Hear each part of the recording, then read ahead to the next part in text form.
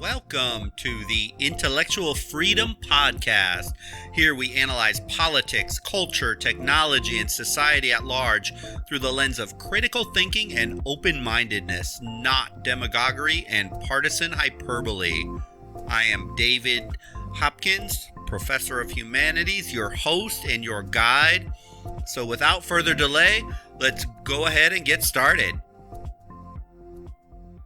I received some excellent feedback from people on the last podcast, which I talked more about political deception and the tactics, tools, the psychology of deception, but I really left the mainstream media and the press out of the focus to spend more time on tactics, psychology, cognitive issues that can manipulate us. So hearing from people who think this topic warrants more discussion, this time I'm going to stay closer to the topic of mainstream media and shift the focus that direction. So, in preparing for this particular podcast, I thought it would be rather boring to just regurgitate the same thing about the media that we hear every day, that they're quote unquote fake news, they're shamefully biased and self-serving.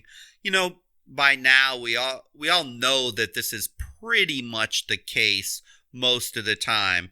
If it's new to you, this idea that, whoa, really? The media is biased? Somehow maybe you were hiding under a rock somewhere, or you still believe our media is an honest broker presenting both sides equally or impartially just delivering the news. I mean, you can Google for yourself media bias and you can see the studies that show how incredibly biased these are, and you can just read those for yourself. But I think for the most point, the argument has pretty much been made and proven, minus a few good sources here and there that are at least trying to strive to be news sources. The news media in general, as we know it, or as we knew it in the past, is dead. What is more interesting to me is not that it has happened, but how did it happen and why did it happen? Going beyond the surface of this is actually much more intellectually challenging, and I think it provides more insights than the same old boring, obvious statements on biased news. Then finally, at the end of the podcast, I'll discuss quickly, some things we can all do going forward to try and navigate the landmines of the media machine and finding some of those good quality sources. So many of us, myself included, I still feel anger at times when I turn on cable news or I read a biased, venom-spewing article produced by our self-proclaimed, the esteemed news media. We have seen the bias so many times and we know it's there, but deep down it does. It still bothers us, and anger can still boil up when we hear those biased news stories. Even though our expectations really are that they will be biased more often than not, and they will skew stories, and they will create reams of content based on things like anonymous insiders over and over again. So the question really we have to ask ourselves is, why are we still upset? Why do we have these expectations of impartiality when they've proven time and again not to have them? I do believe deep down we almost mourn this loss, this death of the news media. Because here's a fact: in a free society, a democracy like the United States of America, we know the indispensable value of a free, honest, and unbiased press. And our founding fathers of this nation, when you study it, surely understood this as well. Thomas Jefferson, said that our liberty depends on the freedom of the press. And that cannot be limited without being lost. And here's a quote directly, quote, "No government ought to be without censors. And where the press is not free, no one ever will." In a functioning democracy, the people, we have the right to know the facts, not political narratives, not the Democratic or Republican quote unquote version of the truth. The press, from the very onset of our country, was supposed to serve as the watchdog. The media is supposed to be our check on governmental power and corruption.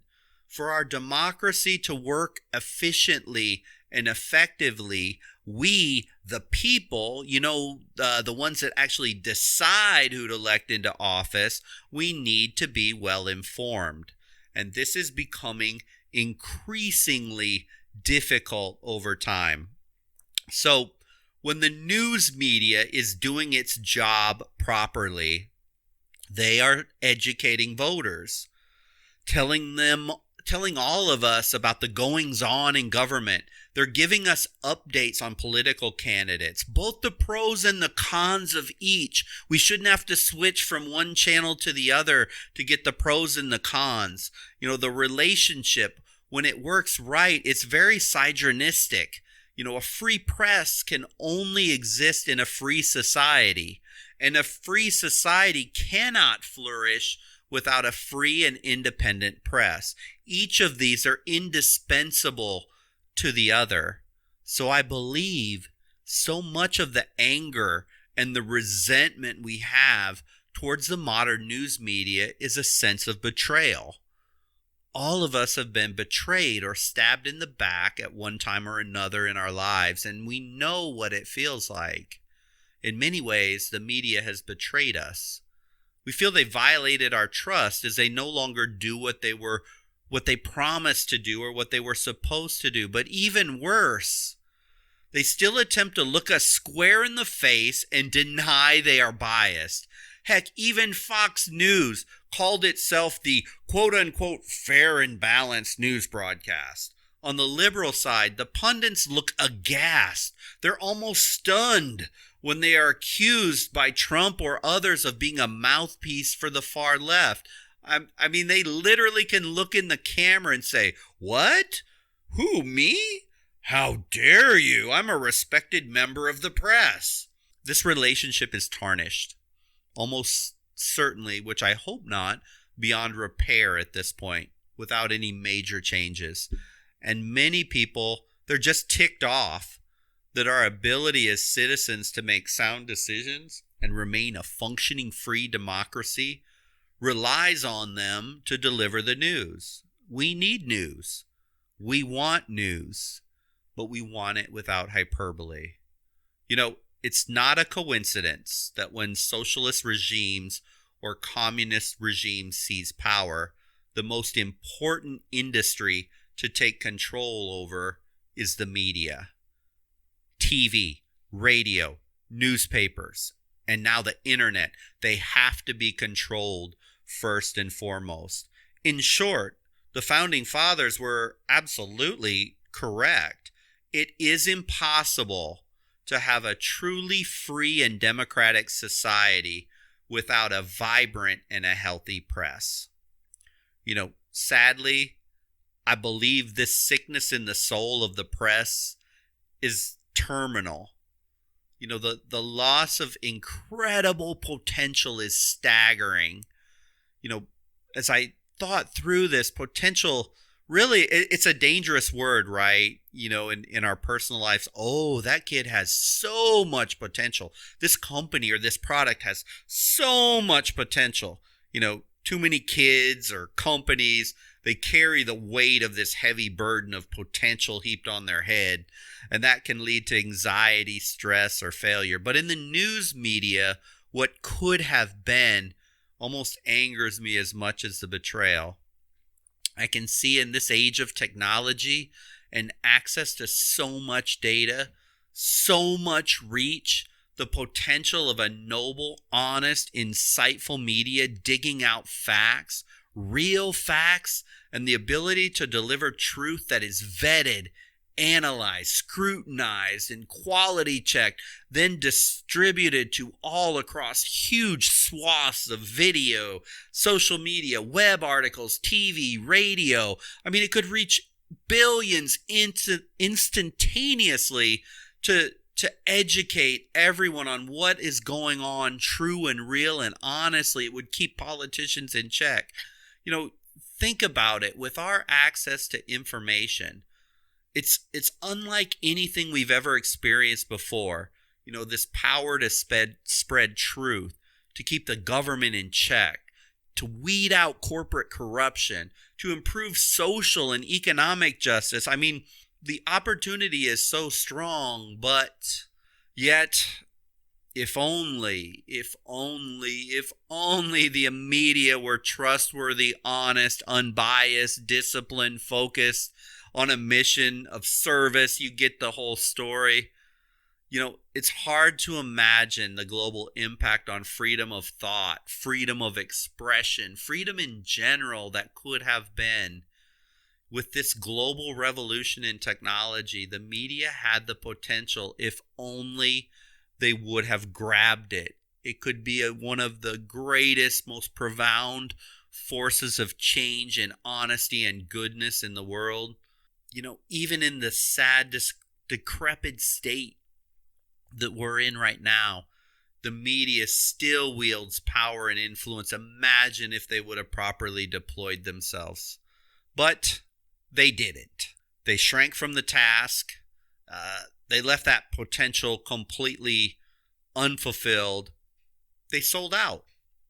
So instead, we now witness mainly angry, petty, biased peddlers. Many of them no better than gossip mongers, content with being a flock of sheep, all saying the same thing, all tweeting identical admonitions or praises in unison for their political biases, for their team. Their mental stability is childlike. They even become downright mean-spirited, and you can even hear the seething hate when they run across views that don't match their own views while interviewing the quote-unquote other side. Often their panel discussions, as they call them, are like a group of 2-year-old children squabbling and talking over each other. They destroyed over a century of trust. And we're not over this yet emotionally. It may be a little melodramatic, but, we're still rolling through the stages of grief on the death of this media. Denial, anger, bargaining, depression, acceptance. And you probably are somewhat like me. I can flip-flop across these stages of grief just real quickly, depending on the day and the story that I may happen to be exposed to. So I don't want to waste time in this podcast to debating those on the left who despise Fox News because they take the conservative slant and say, well, yeah, that ridiculous Fox News, they're not really quote-unquote news. Well, here's a news flash. None of the cable networks provide much, if any, news, especially in the political arena. If you can find one, and you may find some out there that are actually still doing news reporting, and I think they're great, and I hope they gain traction. I hope they get tons of audience. But let's be honest, it's really hard to find them anywhere. Or if you're on the right, we don't need to begin the CNN sucks chant that we hear at Trump rallies. Yes, they do suck. Pretty much all of them suck all of the time in regards to delivering political news. So, trust in the media. I saw a recent survey that literally said trust in the media as it's at an all-time low ever since they've been monitoring it. So both sides of the political party can agree on something here, that the media is not trustworthy. I mean, trust in institutions actually had the media ranked lower or below Congress. Now, in our current climate, to be trusted less than Congress, that is an epic feat of failure. And that's where the media is at right now. But let's move beyond the obvious premise. The media is dead. First, what caused it to die?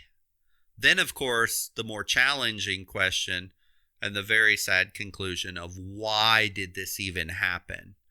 You know, if you're old enough, I'm sure you remember the evening news. I definitely cannot remember Walter Cronkite, but Dan Rather, Tom Brokaw would come on. There would be a single trusted voice, and they literally read the news. They weren't pontificating or giving their opinion. They were literally reading the news. And there was a day when this happened. Go to YouTube, pull up Walter Cronkite and one of his newscasts, and you can see that.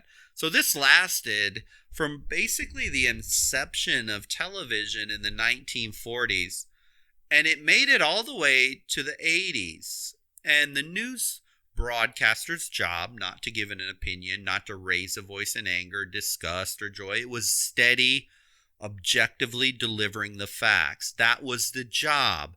That was the expectation. They garnered incredible trust, and people would listen in and they would hear it, and they could accept it for the most part as being fact. In print, Americans would pick up a newspaper and read news. And if you wanted opinion, you very clearly would go to the opinion section of a newspaper, and the two would never cross.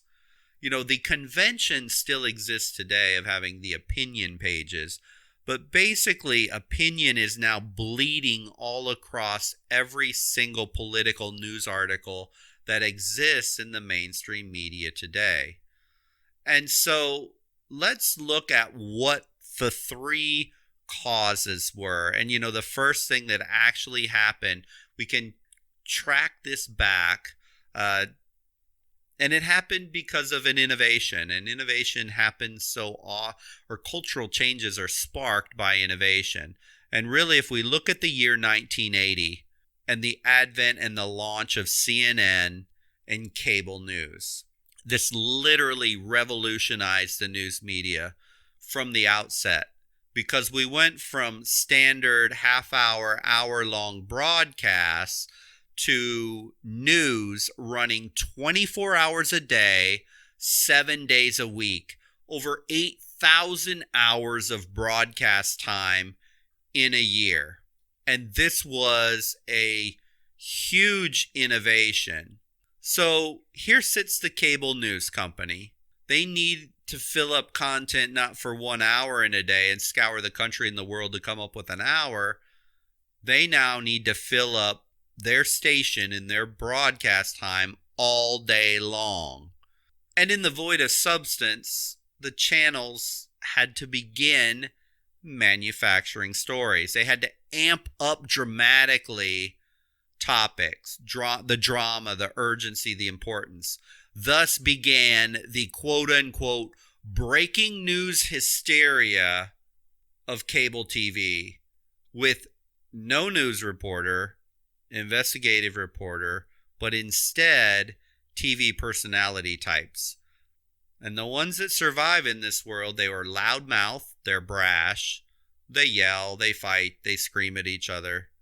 You know, having one news reporter read the news can take a few minutes, but read a snippet of news, then bring in a panel of 3 partisan blowhards, and you can go for 30 minutes or an hour long. You know, those talking head personalities, they burst on the scene because now you had to fill 24 hours a day. So the seed was set literally from launch with CNN. And I want to make a comment here. You know, this isn't the CNN of 2020 that we're talking about. You know, really, CNN garnered incredible respect and trust from its launch. You know, just over the years, there's just been a steady decline due to not only this new format requiring a whole different business model, the investigative work, you know, properly vetting of sources to ensure accuracy. It really had to be thrown to the side because of expediency, as this type of reporting, It takes a lot of time to do that right. And in a 24-hour news cycle, quite frankly, there just isn't time. So producers scream, bring me news, any news. I need something. Bring me news with lots of drama. Bring me sensationalism. I want it hot. I want it angry. I want it bloody. I want it messy, whatever the case might be. And, real investigative journalists and the press, they just didn't fit in anymore. They were almost like dying dinosaurs. There wasn't any money left for them. It simply didn't sell to be deliberative, to be impartial, to be reasoned, to analyze both pros and cons on any given argument or issue. That's boring. And so instead, we get these voices that started to thrive in this new news cycle. And who are these people? Sadly, a lot of them were empty suits and skirts. They were partisan hacks with this food fight panel, screaming, yelling, talking over each other. And I want to talk about this food fight model. And you can see it tonight if you want to. Just turn on Fox, listen to Sean Hannity, turn on CNN when they have a group of people all on the stage. But basically, you know what it looks like. They take a partisan host. Then they bring in a quote-unquote panel of experts. They hold really cool titles like quote-unquote senior political analyst or former White House official, former chief of staff, former representative of Congress, former Washington insider, or, whatever they want to bring in. And if the host is liberal, you'll make sure, and you'll notice this, that the panel will consist of 2 or 3 liberals, but they'll put one token conservative on there. Then the food fight model says, throw out a topic, just a little snippet of news. Maybe it's one of Donald Trump's tweets, or maybe Trump visited somewhere. And then the yelling, the screaming, the name calling ensues. They draw these dramatic conclusions. Oh my goodness, this is actually going to mean the end of democracy as we know it. That type of just crazy, off the cuff, really loud, really brash. Sometimes they speak over each other. Sometimes they yell. Sometimes they name call. The one who out talks the most usually wins. And, if by some chance of miracle they give the token conservative just enough time and it appears like he's going to win, the host will step in, remaneuver, and recast the whole thing so that the exact outcome is achieved at the end of that segment. And each segment, 2 minutes, 5 minutes long. Then they'll move on to the next and they'll start the whole thing all over again. We can reverse that dynamic on the conservative side because it works identically the same way. There's some shows that won't even bring in anybody from the other side whatsoever. They'll throw out a quote-unquote topic for debate, but there won't be anybody actually on the other side to debate it. So, it's the same thing, and it is a food fight model. And it's literally impossible to gain knowledge on any given topic amidst the chaos of that thing. 25 years ago, who would have ever imagined a day where a TV news show would be without any nonpartisan journalists? And that's the cable news business that we're seeing out there right now in a nutshell. It isn't so hard to see why the quality of news reporting is dropping based on what you're seeing in the cable news networks. Just the next time you go out there, turn on CNN, turn on Fox News, and you can see it very clearly. It is so easy, fast, to give your opinion on anything. You could ask me anything. I got an opinion instantaneously for you. I probably don't even have to think it through a whole lot. We all do that. But if you throw out a bunch of know-it-alls in front of a camera and drop one snippet of news and the talking heads, they could go on for hours if you don't interrupt them with commercials and, broadcast scheduling time by the producers. So we all know people that are always right on everything. Some may be very close to you, even in your family. Drop a fact, an event, or a little occurrence, and they can drone on endlessly exactly with the right answer. And this is what we're dealing with most of the time with cable news networks. But on the other side of the coin, to be a truly investigative journalist, and there are still some out there, it requires patience and diligence, intellect, this ability to weigh and analyze options. They're dying beasts, unfortunately, in our modern media. So no wonder we don't trust the news. Most of what we call news isn't news anymore. It's opinion blathering. But I think you get the point. Time to move on. Let's talk about the second thing that happened. And I don't think this gets enough attention in the overall destruction of trust by people in the news media. And it's actually kind of a boring one. It's an FCC regulation. And, before we go there, I just want to give a little aside. And I always talk to my students about this. Many times it isn't headline legislation politicians are debating that are the most important to us. A lot of times the politicians, they like to focus our attention on the bright lights, the big cameras, the big breaking congressional hearing or debate. Politicians love those because the camera lights are really bright and they get tons of personal attention when they get to ask the questions and give their little diatribe speeches. Most of the time, these things lead to nothing. They'd like us to focus on those things, but really, where the terrible, big, tough decisions happen are usually in those things that don't get a lot of airtime. So this happened in 1987, and if some of you who were around and paying attention, you may have noticed this, but now it's kind of forgotten news. But in 1987, one of the most fateful and terrible decisions ever made in regards to the news media happened.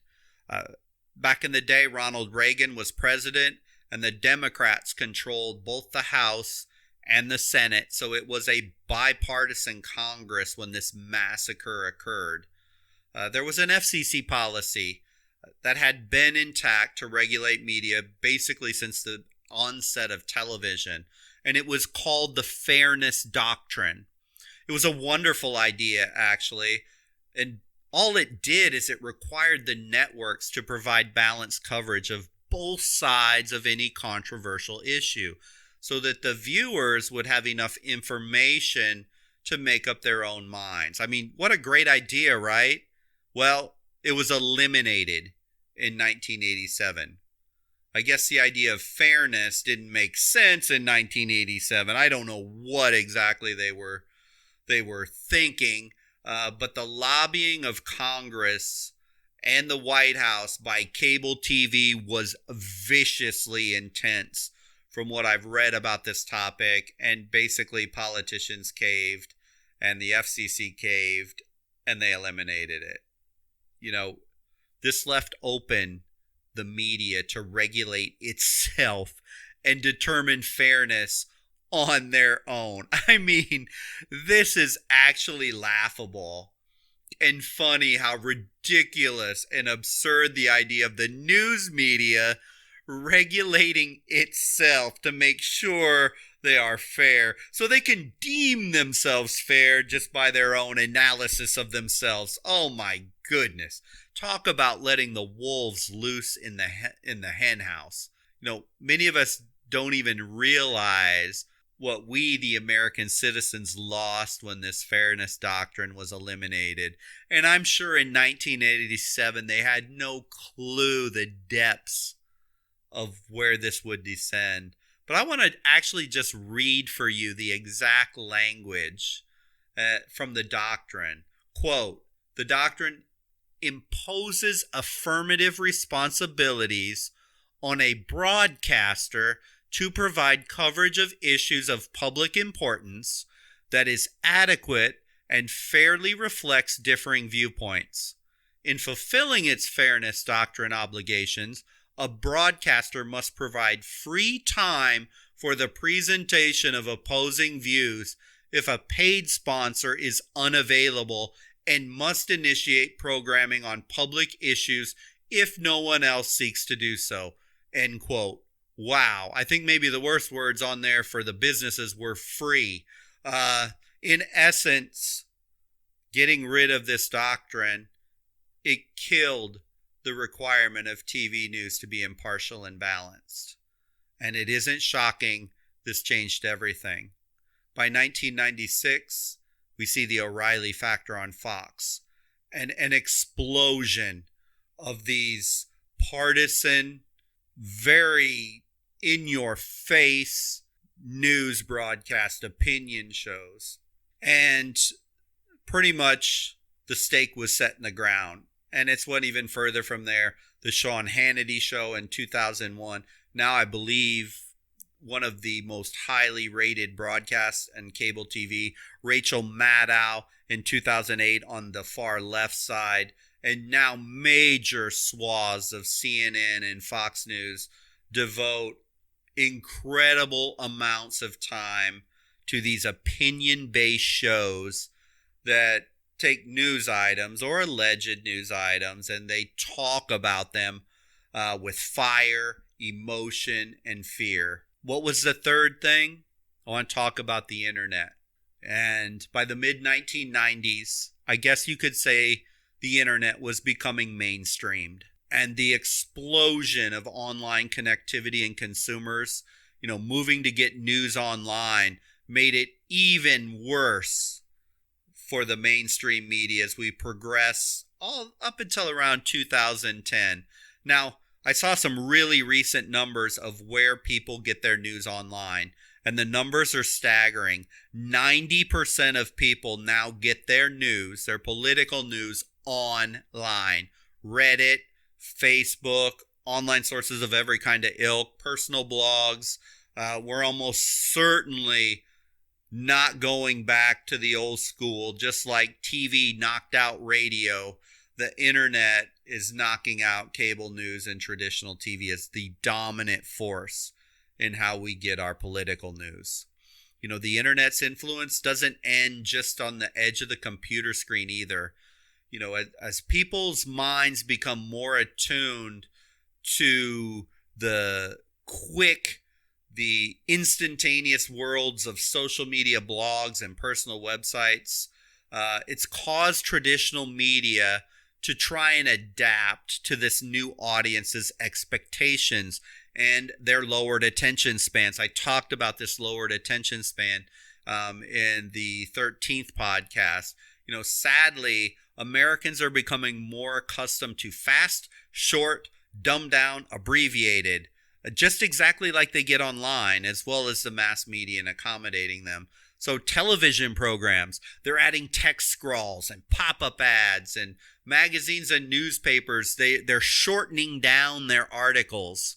They're introducing these capsule summaries, and they're crowd their pages with easy-to-browse info snippets. The USA Today is very famous for that. Even cable news interviews. If you watch cable news, they usually will only interview someone for 2 to 3 minutes. And just as they start to get into something really interesting and deep, they're moving on to the next breaking news. I just want to say right here, too, one of the things that drew me to do podcasting is the long format. I can talk to you. Eventually, I'm going to start bringing in some interviews here. I'm not delineated by time. I'm not delineated by space. I can just have an in-depth conversation with you without these quick hit, superficial shots. But back to the topic, when, in March of this year, a great example, the New York Times, they decided to devote the second and third pages of every single edition to article abstracts. The creator, Tom Bodkin, who's pretty famous in the New York Times, he explained that these quote-unquote shortcuts would give busy readers a quick taste of the day's news, sparing them the less efficient method Oh, of actually turning the pages and reading the articles.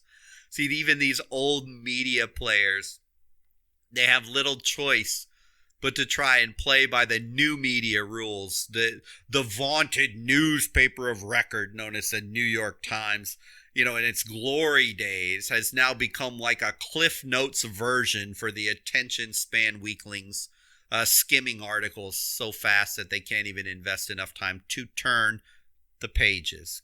Goodness, is that silly or what? But in addition, how many news articles are just created by these? It's hard for me to call them reporters. I use the term loosely.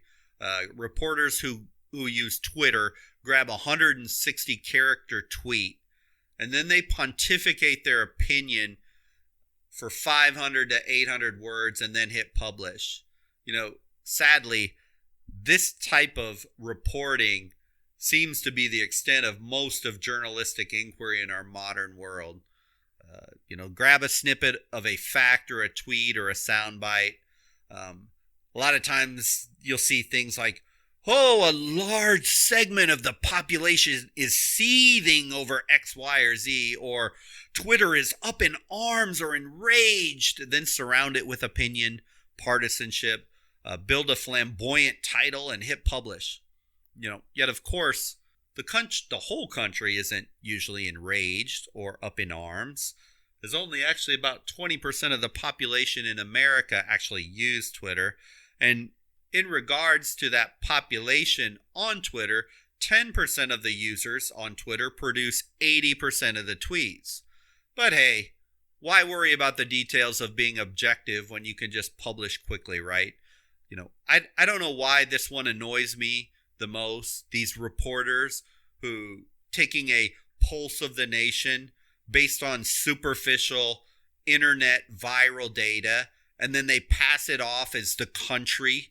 Journalism professors, journalism deans, what in the world is going on in your schools? How are graduates entering the workforce like this?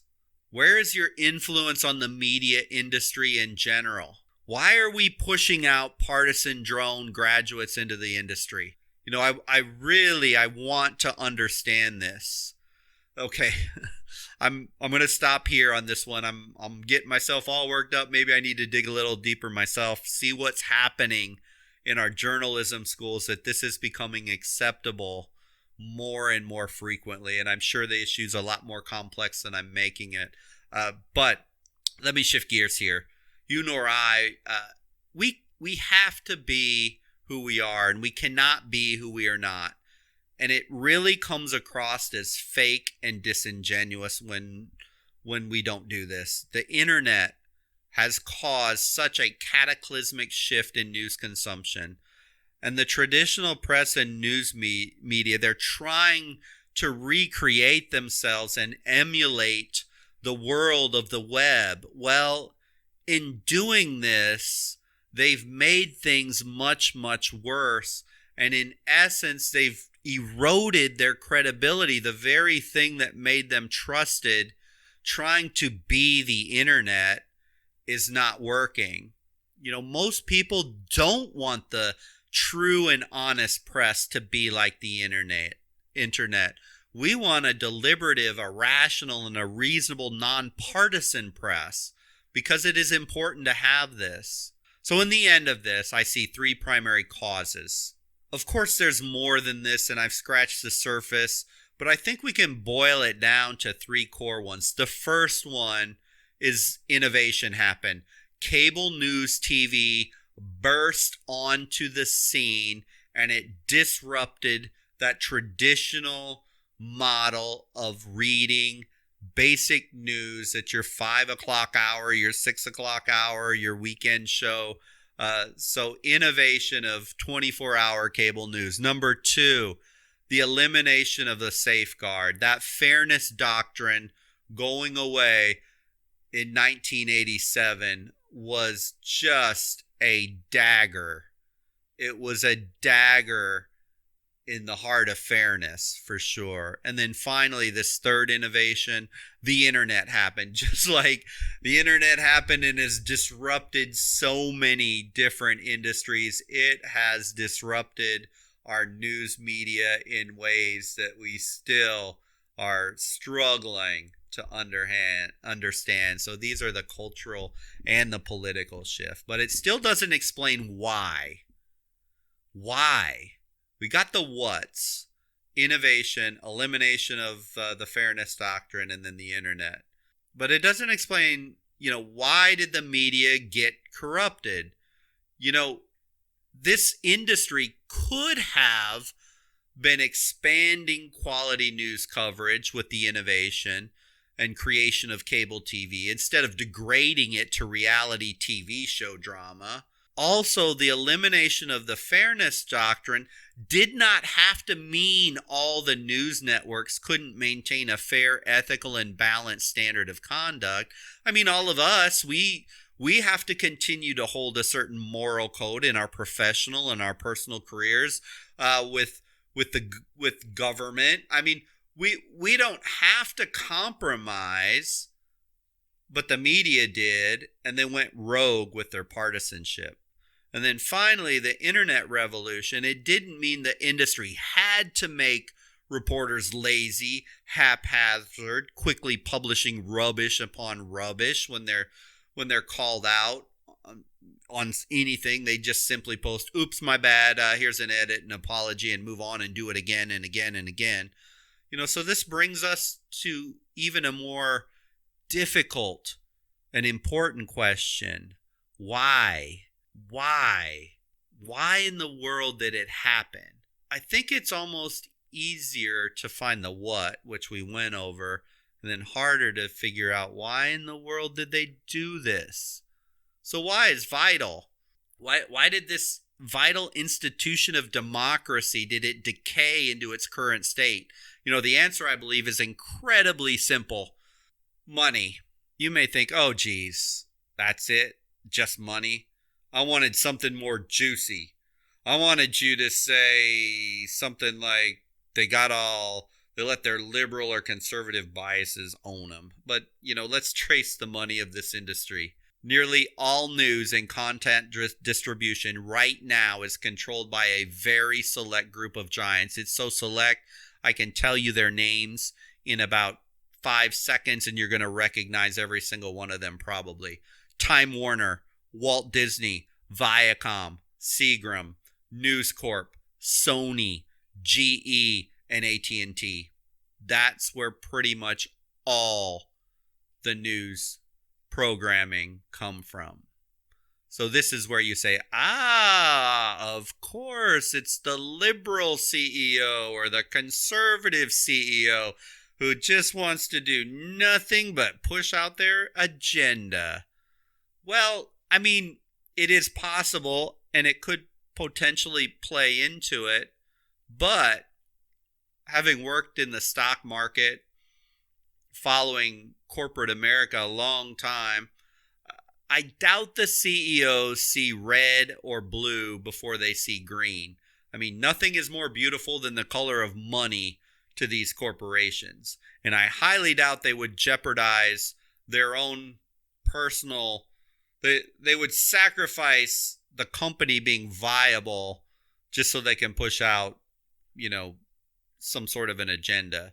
These major corporations, and I've read them and them, they have a very wide and a very broad financial interest in a wide variety of industries, including movies and music and alcoholic beverages and theme parks and professional sports franchises, telephone services, power plants, just they're huge. And just as the famous Michael Jordan quote, when someone tried to get him to take a political stance and why he doesn't get political, he made the very famous comment, quote, "Conservatives buy shoes too," end quote. So, the desire to earn profits in one area of the business might create conflict with the duty to provide fair and unbiased TV news coverage. The social justice crusades of the younger generations, put even more pressure on corporations to conform to the prevailing trends that they see out there. Public corporations, they always have a goal to turn a profit. And if they don't, CEOs lose their jobs, stockholders bail, and the company's viability is endangered. But more importantly than conforming to social pressures or conflicts of interest, with other business divisions, with these publicly traded companies owning the news, the purpose of the press and media has changed substantially and very dramatically. These corporations, these news agencies, these divisions of these massive conglomerates, they may never admit it publicly, but it is almost undeniable. So with publicly traded money-making mega corporations running the news agencies, it really stands to reason news would move from its early roots of serving the public, educating the population to make sound decisions in politics, to making money. Because if they don't make money, they don't exist. And this nuance is incredibly important. So let's just call it like it is. Right now in 2020, news is a commodity. The press and news media no longer have a primary goal of serving the people, keeping us informed, or being a gatekeeper to protect people against large institutions and the government corruption and lies. So what does it even mean that they're a commodity instead of serving the public? A commodity, it's just a product. It's a product we consume, and it's basically interchangeable with all the other news producers. Like sheep, they produce basically the same thing for consumption, each fighting to be the loudest, most entertaining, and capturing the most viewers. It operates almost like a sitcom, you could say. It's entertainment. I can sit down, watch Fox News, and if I want the conservative spin, I love to hear my opinion validated. Say these viewers of Fox News, and there will be some funny mean shots and name calling of the other side. It's great, says the conservative. And I can watch CNN if I want the same thing with a liberal spin. Or for the really hardcore who really like to be mad, they'll watch the other side. The conservative will turn on CNN just to get all riled up and angry. Very few people, if we're going to be honest, have a real expectation on true education when we watch the news. They want the drama, they want the reaction, they want the spin. So news is basically now a commodity. It's not a public service of education. The news media, they wield control over us until we understand that. Almost exclusively, news media is now entertainment. It is not news reporting. The days of being enraged and aghast when you hear the bias or you hear the slant, that really needs to just end. Once the purpose of the press and the media changed from its noble beginnings to working just to earn a buck, the landscape changed dramatically. The question is, will it be gone forever? And is this idea of an unbiased media now part of the history of our country? Well, if enough demand, enough open-minded, fair-minded people, not angry name-calling people, demanded it, would the people want or be willing to go back to that old school Walter Cronkite style of news? I think all of us would like to say we would, where we can get both sides in a very patient, investigative manner. But if I'm honest, I have my doubts. So in the one sense, these media conglomerates, they're serving up like a commodity does. And unfortunately, what the buyer demands is what we're getting right now. Humans and companies, they generally take the path of least resistance. And right now, that path is catering to very small, very specific demographics, and baby food feeding the partisan drivel. That's basically what most people want to hear. Issues are always complex, but I hope this gave you some insights beyond just ranting. The media is biased. I get so tired of hearing that. We already knew that. Understanding what happened, and one of the biggest reasons why it happened, give us a deeper perspective. And really, I hope it helps free us all from even worrying about it or being mad at it or stressed about it. So much anxiety with cable TV right now and news in general. Everything is designed to hype you up, anger you out. It's designed to just tweak on your emotions. And if we understand what happened and why it happened, it kind of chops the knees out from under them, and they won't have that same control over us anymore. There are still unbiased or relatively unbiased places to get news. They're really hard to find, and you actually have to search them out online. But if you Google impartial news sources, there are still some free, independent voices to consume political news. And I don't want to recommend any of them specifically. You can find them because I've seen them. And some of them are really good. They'll take a news article and then they'll take a fact or something going on, and they'll give a pro and a con, or a liberal or a conservative, and a Democrat and a Republican view. They'll lay them side by side, so then you can read the event and then read the analysis. So there's all kinds of sources out there. And like I said, just Google impartial news sources and start sifting through the type that you would like to see, because they're out there and I know you can find them. So I want to thank those of you that wanted me to talk a little bit more about the news media in general, and I hope you found this helpful. In short, those founding fathers were absolutely right. It's impossible for us to have a truly free and democratic society without a healthy press. But if the reason why our press is so corrupted and so biased right now is because they're money hungry, the only way that will ever change is if the people start rejecting en masse that format. They stop watching food fights. They stop watching shows that are just completely politically biased.